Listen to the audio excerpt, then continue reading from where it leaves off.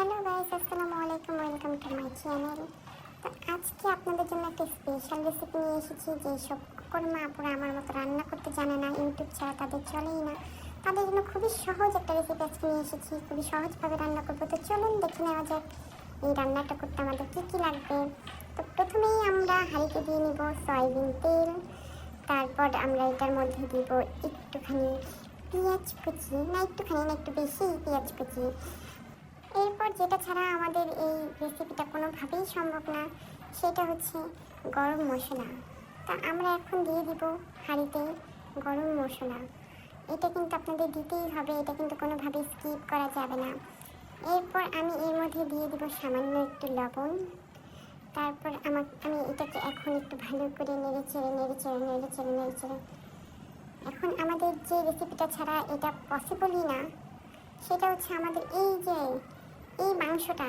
এটা হচ্ছে ভালো করে ধুয়ে, দেখুন আমি কিন্তু এপিট ওপিট উপর নিচ ভালো করে ধুয়ে নিয়েছি। অবশ্যই আপনাদেরকে ভালো করে পরিষ্কার পরিচ্ছন্ন করে নিতে হবে।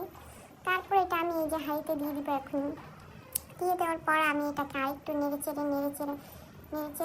নাড়াচাড়া দিয়ে হচ্ছে এটাকে ঢাকনা দিয়ে ঢেকে দিব কিছুক্ষণের জন্য। এই কারণ একটু গরু মাংসটা বের হয়ে যাচ্ছে, এটাকে একটু ভালো করে যেতে ঢুকিয়ে নিই। হ্যাঁ, এবার আমি এটাকে ঢাকনা দিয়ে কিছুক্ষণের জন্য ওয়েট করব। ওয়েট করার পর আমি ঢাকনাটা একটু খুলে দেখব এটা কী অবস্থা, কোন পর্যায়ে আছে। ঠিক এই পর্যায়ে যখন তেলটা উঠে যাবে তখন আমি পানিটা দিয়ে দেব। পানিটা দিয়ে আমি এটাকে আবারও একটু নেড়ে চেড়ে তারপরে হচ্ছে এটাকে আবারও ঢাকনা দিয়ে ঢেকে দেব। এই পর্যায়ে আমি একটু ওয়েট করব এটা একটু ভালো করে রান্না হওয়ার জন্য। তারপর আমরা একটু দেখবো খুলে এখন যেটা কী অবস্থা। হ্যাঁ, ঠিক আছে, এটা এখন একটু লালচে বাদামি কালার চলে এসেছে। এখন এই পর্যায়ে আমি আরেকটু নেড়েচেড়ে ভালোভাবে কষাতে হবে। না কষালে কিন্তু আপনাদের কালো ভুনাটা একটু মজা হবে না, তখন কিন্তু কোনোভাবে আমার দোষ দিতে পারবেন না। তো ভালো করে নেড়েচেড়ে একটু সময় নিয়ে নেড়েচেড়ে তারপর আবার এটাকে ঢাকনা দিয়ে ঢেকে দেবেন। এবার আপনারা যেটা করবেন সেটা হচ্ছে দেখবেন ম্যাজিক। এই যে আমাদের কালো ভুনা একদম রেডি। এই পর্যায়ে কিন্তু আপনারা চুলার আঁচটা একদম অফ করে দিবেন, না হলে কিন্তু আবার কালো ভুনাটা পুড়ে আরও বেশি কয়লা ছাই হয়ে যাবে।